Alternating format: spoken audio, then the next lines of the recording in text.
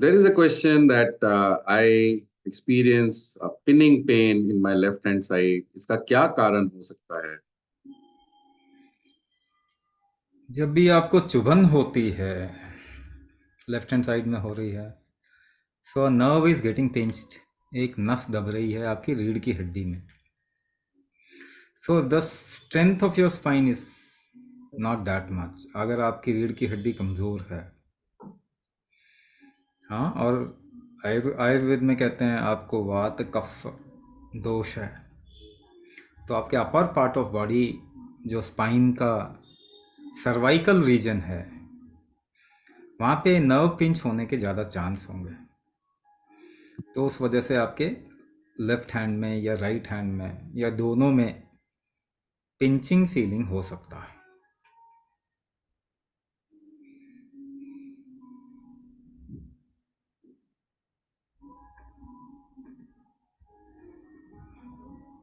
और कोई क्वेश्चन?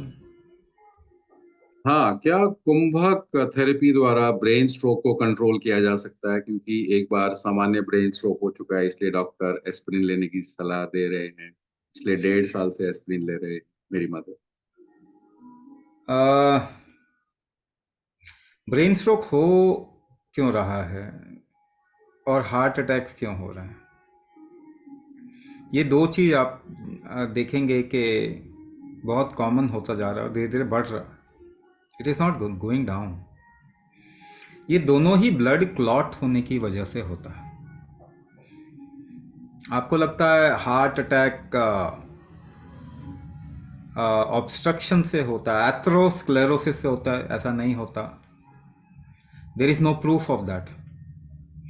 वहाँ पे अगर वो एथरोस्क्लेरोटिक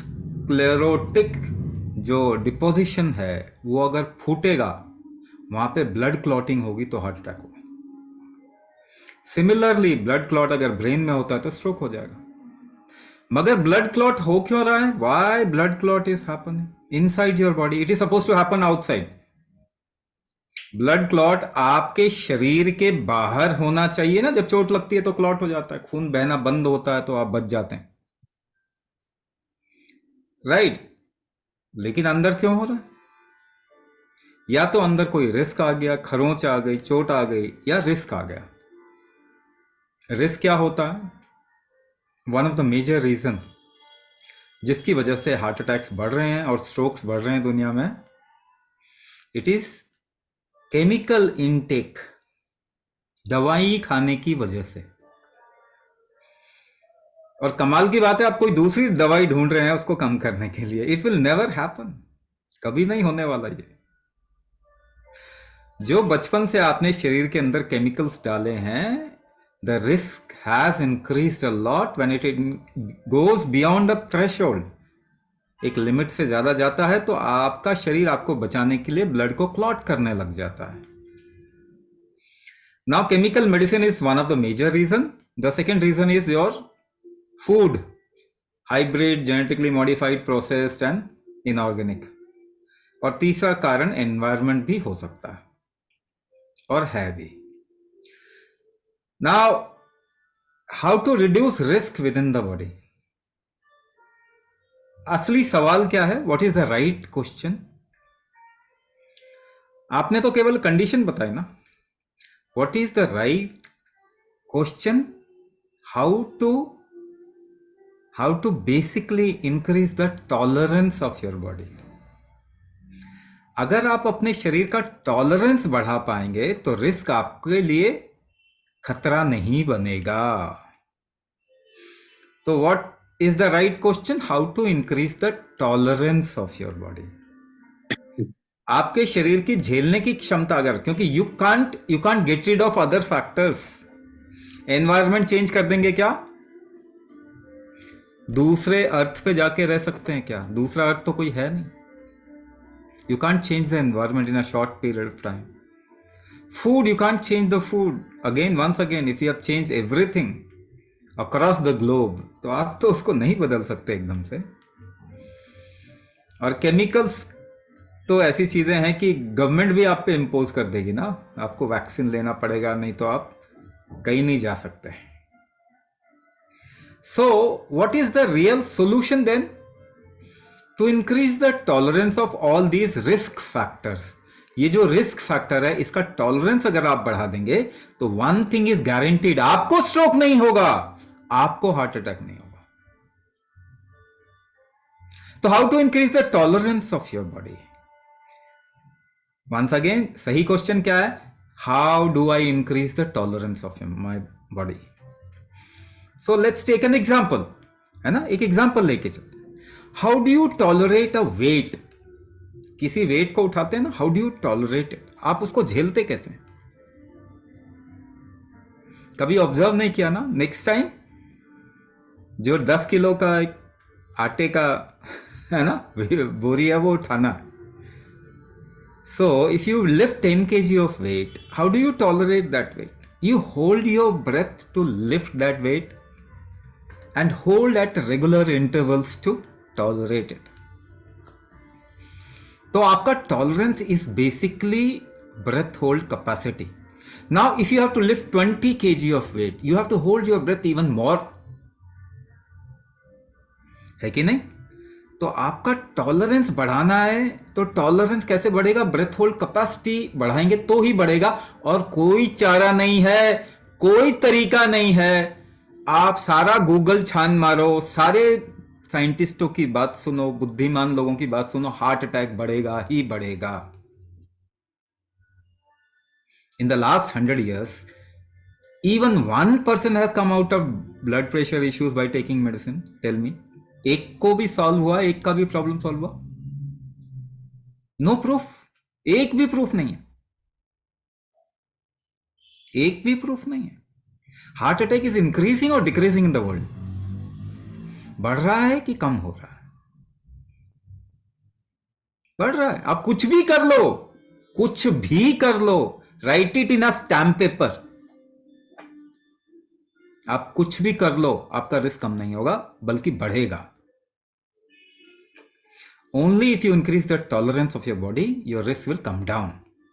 एस्प्रिन खाने से आपकी अटैक के जो चांसेस हैं वो कम नहीं होते. आपको ऐसा लग रहा है, ब्लड को थिन कर लेते हैं ना, मगर आपकी थिनिंग कैपेसिटी कहां गई? उससे नहीं बढ़ेगी. तो if you increase the tolerance of your body, your risk will come down. Otherwise your risk is increasing with every tablet that you are taking.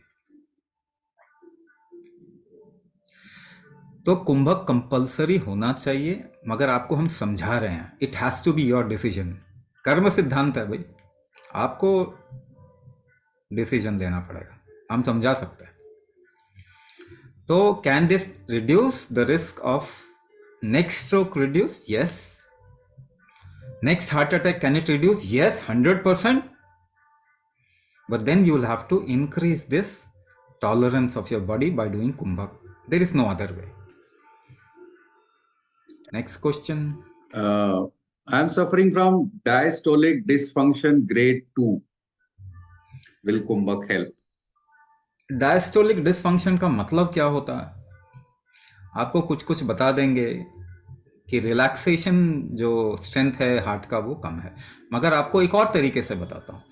आपकी एक्सेलिंग स्ट्रेंथ जो है ना वो वीक है. दोबारा से बता रहा हूं, ध्यान दीजिए, क्योंकि हम किसी प्रॉब्लम को सही तरीके से डिफाइन नहीं कर रहे, इसलिए सॉल्यूशन नहीं मिल रहा हमको. और आपको लग रहा है कि अरे मेडिकल साइंस तो बहुत ज्यादा एडवांस हो गया. कमाल की बात है, हार्ट अटैक बढ़ गया और मेडिकल साइंस एडवांस हो गया, ऐसे कैसे हो सकता है? आप लोग गलत सोचते हैं. अभी भी गुलामी की जंजीरें बहुत ज्यादा हैं. हाँ, तो सही तरीके से पहली बात तो डिफाइन करना पड़ेगा आपको प्रॉब्लम को. Now let me tell you once again in a different manner. I am explaining what is heart disease, what is blood pressure, and what is this diastolic dysfunction, even your systolic dysfunction. What is systolic dysfunction? अब मैं बताता हूं. Your breath hold capacity, if it is weak, it is systolic dysfunction. यानी आपका ऊपर वाला जो systolic number है वो ऊपर जाएगा, तो इसका मतलब आपकी ब्रेथ होल्ड कैपेसिटी को बढ़ाना पड़ेगा. What is diastolic dysfunction? After breath hold, if you can exhale very slowly, I can give you formula. If you inhale for 10 count, suppose आप लंबी सांस भरें, 10 गिनती की भरते हैं, you should be able to hold it for 4 times of that number. यानी 10 second into 4 40 second तक आपको होल्ड करना चाहिए आराम से, तब आपका हार्ट का स्ट्रेंथ अच्छा है. And after holding that if you can exhale for 20 seconds without difficulty, then your systolic function is, or sorry, diastolic function is good. आप करके देख लो, आपका नहीं होगा. सो प्रैक्टिस किया क्या? इसको बढ़ाना नहीं है क्या? हार्ट को स्ट्रांग नहीं करना है क्या? डायस्टोलिक फंक्शन को ठीक नहीं करना, सिस्टोलिक फंक्शन को ठीक नहीं करना क्या? दवाई से तो आज तक नहीं हुआ 100 साल में. 100 साल में लोगों के हार्ट कमजोर हो रहे हैं या बढ़ रहे हैं? Just remember your grandfather, grandmother, दादी नानी याद है, दादा नाना याद है, उनका हार्ट का स्ट्रेंथ आपसे बहुत ज्यादा था ना. तो ये तो हमने किया है ना, वी हैव डन इट. ना हमने तो एनवायरनमेंट नहीं चेंज किया, नहीं नहीं नहीं नहीं, कलेक्टिव कर्म में आप भी आते हो. अगर आप शरीर में केमिकल्स डाल रहे हो तो किसकी जिम्मेदारी है? आपको लेना ही पड़ेगा जिम्मेदारी. नहीं लेना चाहते तो कुछ नहीं होगा, your risk will increase only. So when we have changed everything, you should balance it out. जब हार्ट का स्ट्रेंथ कमजोर करने की इस लाइफस्टाइल अपना ली हमने, तो उसको बैठे बैठे स्ट्रांग करने का तरीके से बैलेंस आउट करना चाहिए था. वो हमने किया नहीं. और केवल ये बोलने से कि अरे ये तो प्रॉब्लम है बोलने से प्रॉब्लम सॉल्व नहीं होता. You will have to think out of the box. आपका शरीर आपको ठीक करता है, कोई दवाई आपको ठीक नहीं करती है.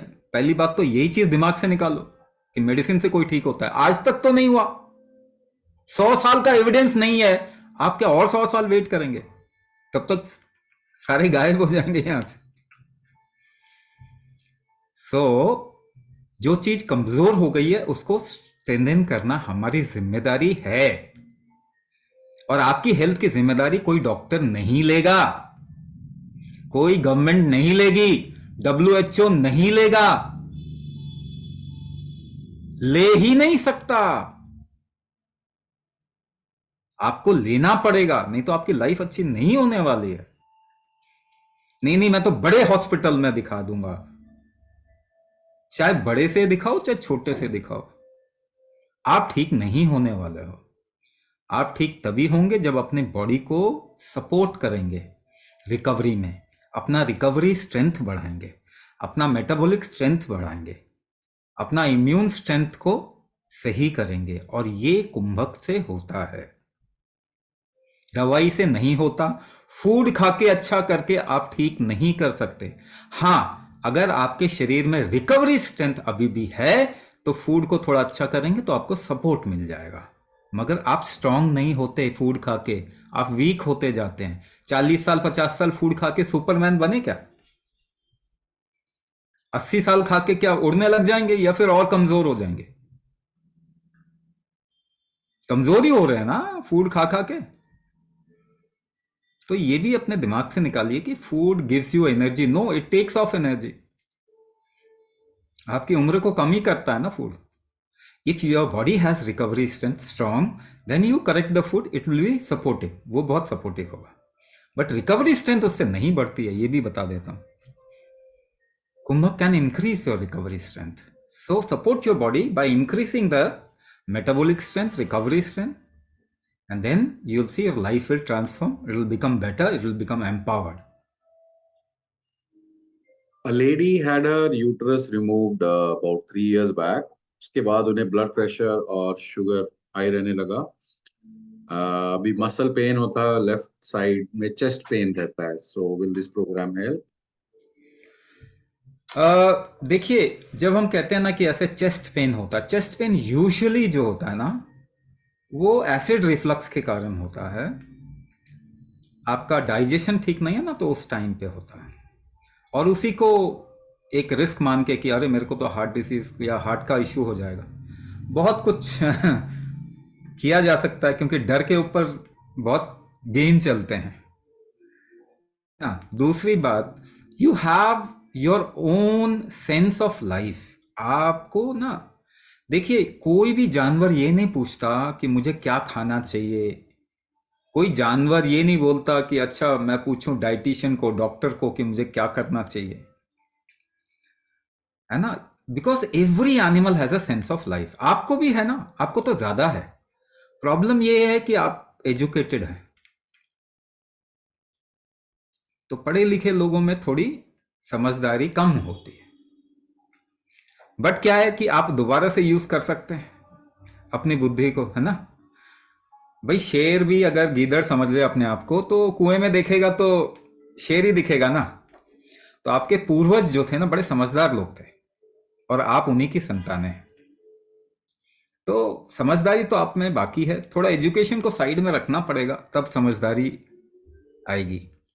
अच्छा एक बात बताइए, एक बच्चा जब रोता है तो माँ दूध देती है ना, बिना रोए तो बच्चे को माँ दूध भी नहीं देती ना, है कि नहीं है? तो हमारा शरीर इस तरीके से डिजाइंड है कि जब ऑर्गन कोई चीज डिमांड करता है तो वो शरीर में वो हार्मोन, वो एंजाइम, वो न्यूट्रिशन फिर उसको मिलता है। तो जब बहुत ग्रोस तरीके से बॉडी को देखेंगे ना तो हमें लगेगा अरे अब तो यूट्रस का काम नहीं है, रिमूव कर दो, एज हो गई है।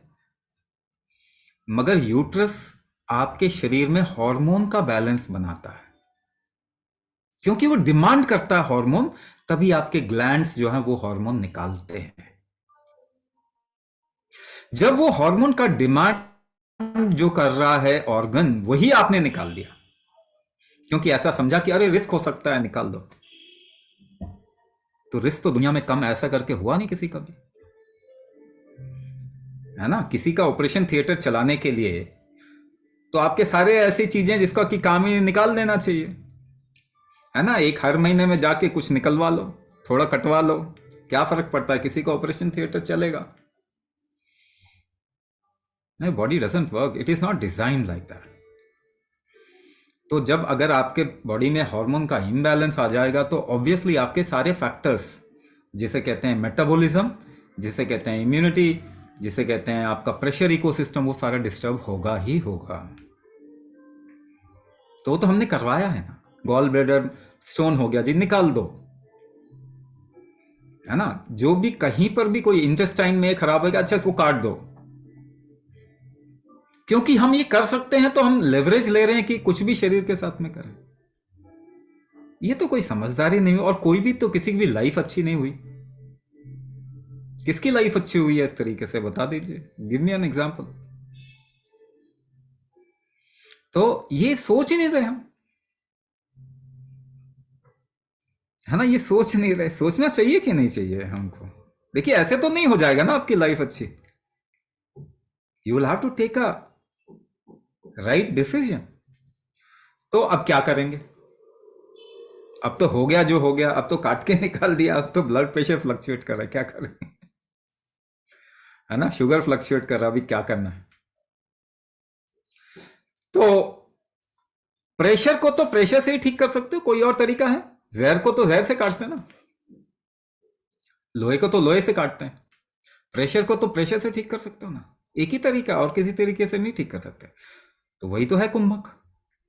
आपका प्रेशर इकोसिस्टम को ठीक करने का फॉर्मूला ही तो है कुंभक। दूसरी बात, प्रेशर से ही ना टेम्परेचर आपके बॉडी का regulation, temperature regulation empower improve होता है। टेम्परेचर रेगुलेशन जिसे हम जठराग्नि कहते हैं, जिसे हम मेटाबॉलिक हीट कहते हैं, मेटाबॉलिक हीट, वो भी ठीक होता है। तो प्रेशर से ही टेम्परेचर रेगुलेशन भी ठीक होता है। और ये दोनों दोनों जब मिलते हैं, प्रेशर एंड टेम्परेचर, तभी मटेरियल का मैनेजमेंट होता है आपकी बॉडी में। इसको आयुर्वेद ने कहा वात पित्त कफ। प्रेशर इकोसिस्टम जो है वो वात, टेम्परेचर इकोसिस्टम जो है थर्मल इकोसिस्टम वो पित्त, एंड मटेरियल मैनेजमेंट को कफ कहते हैं। ये तीनों ही कुंभक से करेक्ट होते हैं। इसलिए कुंभक जो है आयुर्वेद का ब्रह्मास्त्र है, जो गुम हो गया, खो गया। This is not a part of yoga. अगर आपने कुंभक शब्द योग में सुना है तो हम आपको कोई समाधि नहीं देने वाले, कोई मुक्ति नहीं देने वाले, मोक्ष नहीं देने वाले। वो तो आपको वैसे ही मिल जाएगा, आप ना भी चाहेंगे तो भी मिल जाएगा। हम आपको हेल्थ देंगे, पहले जीना सीख लीजिए। तो it is not a part of yoga, it is a part of Ayurveda. ये आपकी उम्र बढ़ाएगा, ये आपके रिस्क कम करेगा। तो ये तीनों चीजें जैसे ही कंट्रोल होती हैं, आपकी बहुत सारी प्रॉब्लम जो शायद आप कंसिडर भी नहीं कर रहे अभी, वो भी ठीक होंगी। तो एक तरीका जो है वो है, अब आप अपने बॉडी को एम्पावर करना शुरू करो। यूट्रस तो निकाल दिया, अब छोड़िए उस बात को। जब आप अपने शरीर का वात पित्त कफ कंट्रोल करना शुरू करेंगे तो आपकी प्रॉब्लम्स कम हो जाएंगी, आपके सिम्टम खत्म हो जाएंगे, आपकी वर्किंग एबिलिटी बढ़ जाएगी, आपकी मेंटल एबिलिटी बढ़ जाएगी, आपका हैप्पीनेस कोशेंट बढ़ जाएगा, है ना। तो ये करेंगे तो ठीक होगा, अदरवाइज इसका कोई इलाज होता नहीं है। आप अलग अलग गोलियां खाने, कोई कहेंगे अच्छा डायबिटीज है तो 2 गोली डायबिटीज की चल गई, ब्लड प्रेशर है तो ब्लड प्रेशर की 1 गोली चल गई और एक डायूरेटिक डाल दिया साथ में, है ना। फिर उसके बाद में कोई मल्टीविटामिन तो देना ही पड़ेगा, है ना। 1 गोली से शुरुआत होती, कितनी गोली तक आ गए आप लोग, गिनती किया आपने? But you didn't ask yourself, हम तो गए थे ठीक होने, ये क्या हो गया? तो कुंभक करिए, एम्पावर कीजिए अपनी लाइफ को, भूल जाइए सब दवाइयां, धीरे धीरे खत्म हो जाएंगी। You will not have to depend on medicine. And let me tell you, kumbhak कर रहे हैं, हार्ट अटैक आएगा तो बच जाएंगे, नहीं कर रहे हैं तो मुश्किल है। हाँ, हमारे पास तो बहुत केसेस है जहां एक ही दिन में 3-3 हार्ट अटैक को झेल गए, एक ही दिन में, and everybody was amazed. So this is what your body can help you achieve.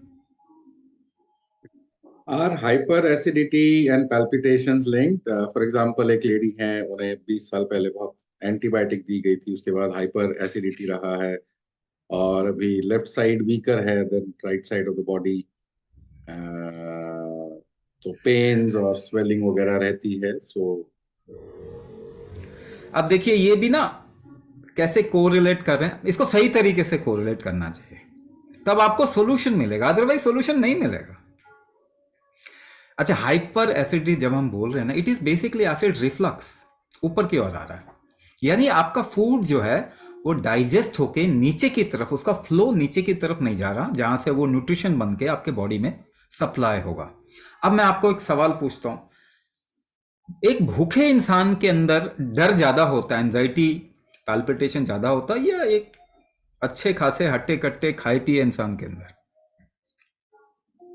When you are hungry, your palpitation levels, your anxiety levels increases because you haven't been hungry. आप शायद, क्योंकि हमारे अगर 3 जनरेशन पीछे चले जाइए तो आपको पता चलेगा कि आपके परदादा परदादी ने कैसे सरवाइव किया। आपको शायद फूड की कमी नहीं है, इस वक्त में बिना फूड के दुनिया में कोई भी नहीं मर रहा एक्चुअली, पेट सबका भरा हुआ है। लेकिन सच में अगर हंगर आपको आ जाए ना, तो आपके जीवन का सबसे बड़ा डर आपके अंदर आ जाता है। अगर सच में भोजन ना मिले 2-3 दिन तक, और कोई चांस भी नहीं दिख रहा भोजन मिलने का, आपके अंदर लाइफ जो है ना, मृत्यु का भय एकदम बैठता। अब सोचिए, आपका मेटाबॉलिज्म ठीक नहीं है, यानी कि आप भोजन को यूज नहीं कर पा रहे हैं अंदर से, बाहर से तो खूब मिल रहा है भाई, बाहर तो आपको दुनिया भर के सारे डिशेस मिल रहे हैं, आजकल तो चाइनीज और पता नहीं कहां कहां की चीजें खा रहे हैं आप, मगर आपका शरीर यूज नहीं कर पा रहा। आपका शरीर बेसिकली भूखा है, आप ऊपर से तो डाल रहे हो, मगर शरीर उसको यूज नहीं कर रहा। इसको कहते हैं मेटाबॉलिक डिसऑर्डर। आपका ब्लड प्रेशर और हार्ट डिजीज मेटाबॉलिक डिसऑर्डर है। जड़ पकड़ो, आपको पता चलेगा। तो यानी आपका शरीर भोजन को यूज नहीं कर पा रहा है। अब मुझे बताइए, उसको भोजन मिल नहीं रहा शरीर को, आपके हार्ट को भोजन नहीं मिल, न्यूट्रिशन नहीं मिल रहा, क्या वो घबराएगा नहीं? आपके किडनी को नहीं मिल रहा, आपके लिवर को नहीं मिल रहा, क्या वो घबराएगा नहीं? पैल्पिटेशन का मतलब क्या है? हार्ट में थोड़ा सा फ्लटर होना, घबराहट में ना वो ज्यादा बीट करने की, पल्स रेट बढ़ जाएगा, यानी कि वो सोच रहा है मेरे पास में फूड आ जाए ब्लड के थ्रू, वो ज्यादा ब्लड फ्लो कराने की कोशिश कर रहा है। तो मेटाबॉलिक डिसऑर्डर है, सभी को ही है, और उनके शरीर की प्रकृति के हिसाब से अलग अलग बीमारी आ रही है। थायराइड मेटाबॉलिक डिसऑर्डर है, blood pressure heart disease metabolic disorder है, डायबिटीज मेटाबॉलिक डिसऑर्डर है, आगे ले जाइए इसको, कैंसर मेटाबॉलिक डिसऑर्डर है। क्या ये सारी बीमारियां बढ़ रही हैं? सारी बीमारियां बढ़ रही हैं कि नहीं बढ़ रही? तो आप समझिए, आपका शरीर यूज नहीं कर पा रहा फूड को, और फूड को यूज करने के लिए उसका दो फैक्टर बहुत सही होना चाहिए। उसका प्रेशर आर्किटेक्चर उसका प्रेशर आर्किटेक्चर सही होना चाहिए, और दूसरा थर्मल आर्किटेक्चर और मैप सही होना चाहिए। ये दोनों ही कुंभक से करेक्ट होते हैं। कुंभक से मेटाबॉलिक डिसऑर्डर ठीक होता है, प्रेशर आर्किटेक्चर ठीक होता है, और प्रेशर से ही टेम्परेचर आर्किटेक्चर ठीक। ये दो ठीक होंगे तो आपके बॉडी में मटेरियल मैनेजमेंट, भोजन इस्तेमाल ठीक से होगा, तब एंजाइटी, पैल्पिटेशन, इंसोम्निया, और आगे जाके तो ये सारे मेंटल इश्यूज भी इसके अंदर आते हैं, है ना? डिप्रेशन, स्ट्रेस, बाइपोलैरिटी, स्किज़ोफ्रेनिया, क्या क्या नाम रखते हैं, सारे नाम आप बोल दीजिए, ये सारे फिर एक के बाद एक के बाद एक आते हैं, है ना? याददाश्त कम हो जाना, पार्किंसन, डिमेंशिया हो गया, या और पार्किंसन हो गया, ये सब एक एक करके आता है, क्योंकि आप जड़ को ठीक कर ही नहीं रहे, जो प्रॉब्लम है उसको सॉल्व नहीं कर रहे। तो दवाई खाने से कोई ठीक नहीं हुआ आज तक ऐसे, मगर कुंभक करने से हम आपको दिखा सकते हैं बंदे जिनको बहुत एंजाइटी थी, है ना, मेंटल इश्यूज थे, इंसोम्निया था, और वो डिप्रेशन की दवाइयाँ खा रहे थे, बहुत सारी दवाइयाँ खा रहे थे, और वो सभी दवाई को छोड़ सके, उनकी लाइफ एम्पावर हो गई, बदल गई, उनको ऐसी स्थिति आ गई जहाँ पे उनको लगा कि अरे मुझे जितनी प्रॉब्लम थी उतनी प्रॉब्लम तो है ही नहीं आज, ऐसा लग रहा है मुझे कभी था ही नहीं प्रॉब्लम। तो सही जगह पे काम करेंगे, सही रिजल्ट आएगा, नहीं तो ये सब तो आपका डेफिनेशन है ना भाई, डेफिनेशन बोल दिया जी, ये होता है, ये होता है, कोई ठीक तो किया नहीं किसी को। If a person has night shift, किसी की नाइट शिफ्ट है और बीपी प्रॉब्लम है, तो क्या वो कुंभक कर सकते हैं? देखो, नाइट शिफ्ट करने का मतलब है आपके अंदर वो सर्काडियन रिदम जो है आपके बॉडी का, उसको ऑल्टर करने का स्ट्रेंथ होना चाहिए। हाँ, उसको ऑल्टर करने का स्ट्रेंथ होना चाहिए। जो सर्काडियन रिदम, या फिर जिसे कहते हैं ना, जिस तरीके से दिन और रात होते हैं, आपके बॉडी के अंदर भी हार्मोन का फ्लो उसके साथ में लिंक्ड होता है, ब्लड का फ्लो, फूड का फ्लो, एंजाइम्स का फ्लो, तो ये दिन रात के साथ में आपके शरीर के अंदर लिंक्ड होता है। इसको हम अपने कंट्रोल में ले सकते हैं।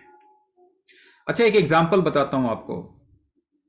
ऐसे लोग हमारी हिस्ट्री में रहे हैं जिन्होंने इसको अपने हाथ में लिया,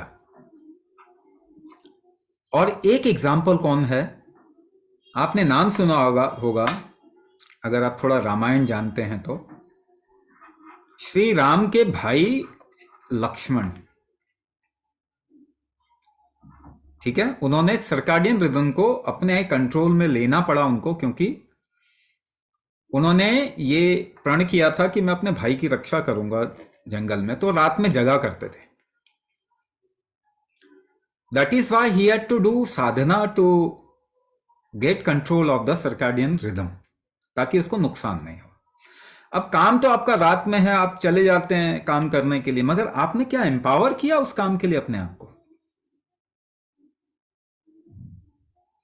अगर आप अपने काम के लिए अपने आप को पहले एम्पावर नहीं करते, वो काम आपको बीमार कर देगा ना, क्योंकि आपके अंदर शक्ति ही नहीं है उसको झेलने की या उसको कंट्रोल में कर, तो बीमार कर देगा ना।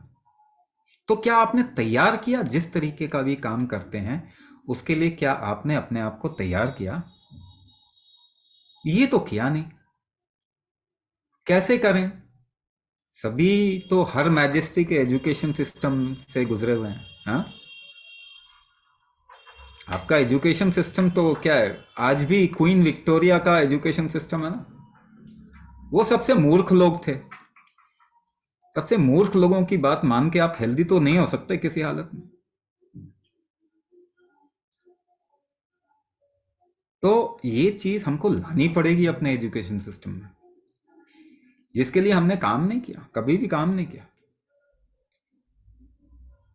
तो करंट एजुकेशन सिस्टम जो है हमारा, वेस्टर्न मॉडल ऑफ एजुकेशन या फिर यूके का मॉडल एजुकेशन सिस्टम का, ये सबसे बकवास एजुकेशन सिस्टम।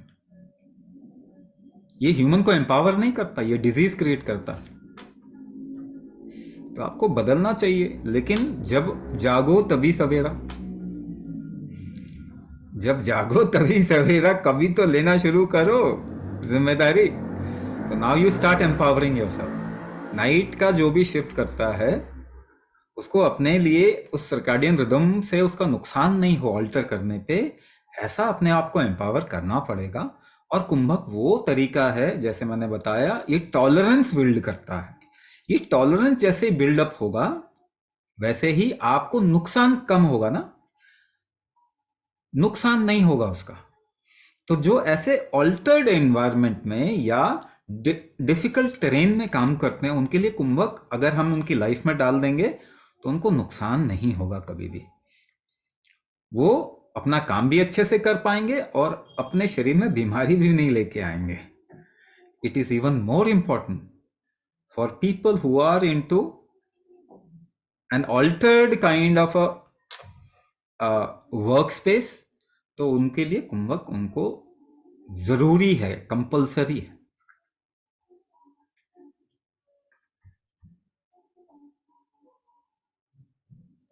हाँ, एंजियोप्लास्टी कराई हुई है। और ये भी बोल रहे हैं कि बीपी के लिए कुंभक रिकमेंडेड नहीं होता। सो विल दिस बी हेल्पफुल? कौन है कुंभक का एक्सपर्ट जो रिकमेंड नहीं कर रहा? आपके डॉक्टर दवाई के एक्सपर्ट है ना, उनको दवाई रेकमेंड करना चाहिए। कुंभक तो उनको पता नहीं, ए बी भी सी भी नहीं मालूम उसका, है ना। आपकी प्रॉब्लम क्या है? आपकी सांस रोकने की क्षमता कमजोर है। अब डॉक्टर कह रहा है उसको बढ़ाओ मत, यानी अपने आप को कभी ठीक मत करो। This is ridiculous argument. जिसकी सांस रोकने की क्षमता कम है उसको वो बढ़ाना चाहिए ना, तभी तो ठीक होगा। आप जब एफर्ट लगाते हैं, सांस रोकते हैं, तो सांस फूलने लग जाती है ना आपकी। प्रॉब्लम यही है ना, क्योंकि सांस रोकने की क्षमता कम है, तो उसी को बढ़ाना चाहिए ना आपको। यानी आपको बीमार ही रहना है क्या? और डॉक्टर्स, जैसे हम दवाई रेकमेंड नहीं करते, वैसे ही डॉक्टर्स को बाकी चीज़ों की तरफ ध्यान नहीं देना चाहिए। और एनीवेज उन्होंने उनसे ये सवाल ज़रूर पूछिए, एक इंसान बता दीजिए जिसको आपने ठीक कर दिया इन योर होल लाइफ। ये ज़रूर पूछा करें, क्योंकि आप अपनी बीमारी ठीक करने के लिए जा रहे हैं ना, तो उनसे प्रूफ मांगिए कि एक इंसान तो बता दो पूरी लाइफ में जिसको आपने ठीक किया, तो हम आपसे इलाज करा लेंगे। किया है किसी को? ना, they are recommending other things. नहीं नहीं नहीं, सांस रोकने, सांस रोक के कौन मरा आज तक बता दीजिए पूरी हिस्ट्री ऑफ ह्यूमन काइंड में, 1 लाख साल में बताइए, इन 100,000 ईयर्स। किसी और को रोकना पड़ता है आपकी सांस, किसी का नुकसान नहीं हुआ इससे। In 100,000 years I can tell you lakhs of people जो दवाई खा के गायब भी हो गए दुनिया से। What they are recommending is harmful, very harmful. Kumbhak से एक इंसान की मृत्यु हुई हो 1 लाख साल में, बता दीजिए। तो ये सब बातें ना आपको जरा अपनी आंखें खोलनी पड़ेंगी, नहीं तो आप तो ठीक नहीं होने वाले ना। बाकी तो कुछ भी, कोई भी क्या बोल रहा है, कुछ भी बोलेगा, आप तो ठीक नहीं हो गए। What is your weakness? Breath hold capacity is your weakness. तो क्या बढ़ाना चाहिए आपको? ब्रेथ होल्ड कैपेसिटी बढ़ानी चाहिए। इससे ज्यादा सिंपलिस्टिक सॉल्यूशन कोई बता सकता? And there are many proof. तो एक और बात, आप अपने नंबर पे ध्यान नहीं देना, सिम्टम पे ध्यान दो। जिस दिन आपको एफर्ट लगाने पे सांस नहीं फूल रही, आप ठीक हो गए, कुछ नहीं होने वाला आपको, आपका रिस्क खत्म हो गया। सिम्टम पे ध्यान दीजिए। तो ये कोई पहली बात, ये ही सॉल्यूशन है, ये रिस्क नहीं है, ये ही सॉल्यूशन है। वो जो मेडिसिन आप खा रहे हैं ना, बहुत बड़ा रिस्क है। प्रूफ है मेडिसिन का रिस्क होना। Every medicine creates lot of adverse drug reaction. ठीक है, आपके हार्ट अटैक इसलिए आ रहे हैं क्योंकि आप डायूरेटिक खा रहे हैं। पानी निकाल दोगे शरीर का, आपको लगता है आपका हार्ट कमजोर नहीं होगा? Are you taking Losacar, Tozaa, Repace, कोएंस, टेल्मा, टेलमिसार्टन, पोटेशियम, ऐसा कुछ ले रहे हैं आप? हाइड्रोक्लोरोथायाजाइड, ऐसा कुछ ले रहे हैं? वो आपका हार्ट वीक करेगा ही करेगा, आप कुछ नहीं कर सकते। ब्लड प्रेशर केवल फैशन में आपको कम दिखाने के लिए आप अपने हार्ट को कमजोर कर रहे हो। It's not a good decision, है ना? And the blood pressure should be different for different people and different age. आपके एज के हिसाब से ये अलग होना चाहिए, काम के हिसाब से अलग होना चाहिए।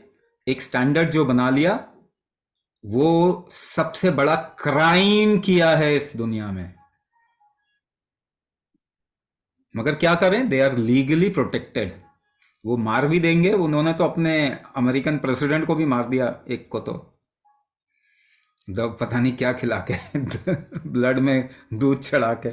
सो आपको अपनी आंखें खोलनी है, देखना है इसे ठीक कैसे होंगे, क्योंकि वो जो आप करंट नैरेटिव को फॉलो कर रहे हो, उससे ठीक तो कोई भी नहीं हुआ। In fact this disease is increasing in the world in an epidemic proportion. Heart attack, heart disease, blood pressure epidemic proportion में बढ़ रहा है, बच्चों को भी हो रहा है।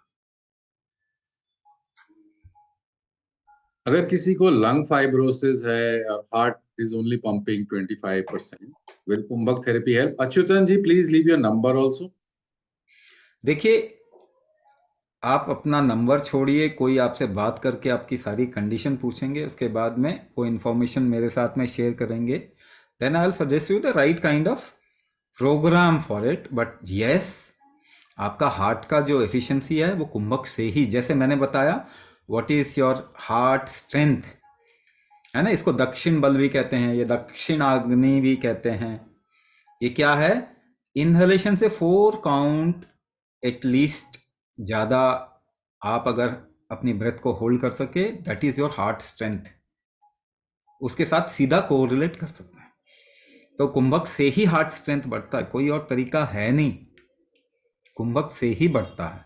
दूसरा, fibrosis is like hardening of something. वो इसीलिए होता है क्योंकि the heat factor of your body is weak, और हीट मैप आपके शरीर का कमजोर है ना? 2 चीजें फाइब्रोसिस में होती है, एक तो हीट फैक्टर, दूसरा वाटर कंटेंट। तो वाटर जब भी निकल जाएगा तो कोई चीज हार्ड हो जाती है। And if you are suffering from, और लंग फाइब्रोसिस है, ब्लड प्रेशर बढ़ता है, तो ब्लड प्रेशर कम करने के लिए अगर आपको डायूरेटिक देते हैं तो और फाइब्रोसिस बढ़ जाएगा। So it is a very very tricky thing, and we are creating disease rather than solving the problem, क्योंकि आइडिया पे चल रही है दुनिया। तो फाइब्रोसिस 2 चीजों से ठीक होगा, वाटर रिटेंशन कैपेसिटी अगर आपकी बढ़ेगी, वाटर रोकने की कैपेसिटी, और दूसरा हीट मैनेजमेंट अगर आपके बॉडी का ठीक होगा, तो ये बिल्कुल ठीक हो जाए। जो भी कुंभक करते हैं ना, उनके इवन जो जॉइंट्स हैं वो सप्पल हो जाते हैं, हार्ड हैं तो वो सॉफ्ट होते हैं। और इवन द एक्सटर्नल स्किन, कहीं पे हार्ड एजेस एरियाज है ना, आप देखेंगे कुंभक करने के बाद वो सॉफ्ट हो जाएगा। तो इस तरीके का फाइब्रोसिस बिल्कुल ठीक हो जाएगा अगर कुंभक करेंगे तो। टाइम डिपेंड करेगा, it takes time, some time for some people more time, कुछ लोगों का जल्दी होता है, बट ये बिल्कुल ठीक हो सकता है। Thank you, Swamiji, for taking out time to answer many questions and covering many aspects. Now there is only one question for everyone who's here, which is, do you wish to do something about yourself? Okay, क्या आप अपने लिए कुछ करना चाहते हैं? कोई सवाल है तो अपना number छोड़िएगा. We can call you back. Okay, do leave your numbers. People who are asking about multiple conditions, अपना नंबर जरूर छोड़िए. We'll ask you more details and then we will guide you towards the right kind of program. Sarvanand ji, you asked, can I do it 10 times? ऐसा कुछ आपने पूछा. पहले तो आपको सीखना पड़ेगा. First, you have to learn. We have not taught you anything today. We just demonstrated something. Okay, so this is not a practice. This is not a practice. This is not a practice.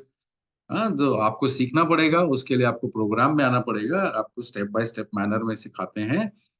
Then we will tell you उस दिन में कितनी बार करना है, नहीं करना है, so that you can become as joyful as the young child who's there with next to you. Okay, it is so you may not be as fast as her, you can become as lively as her. So we are going to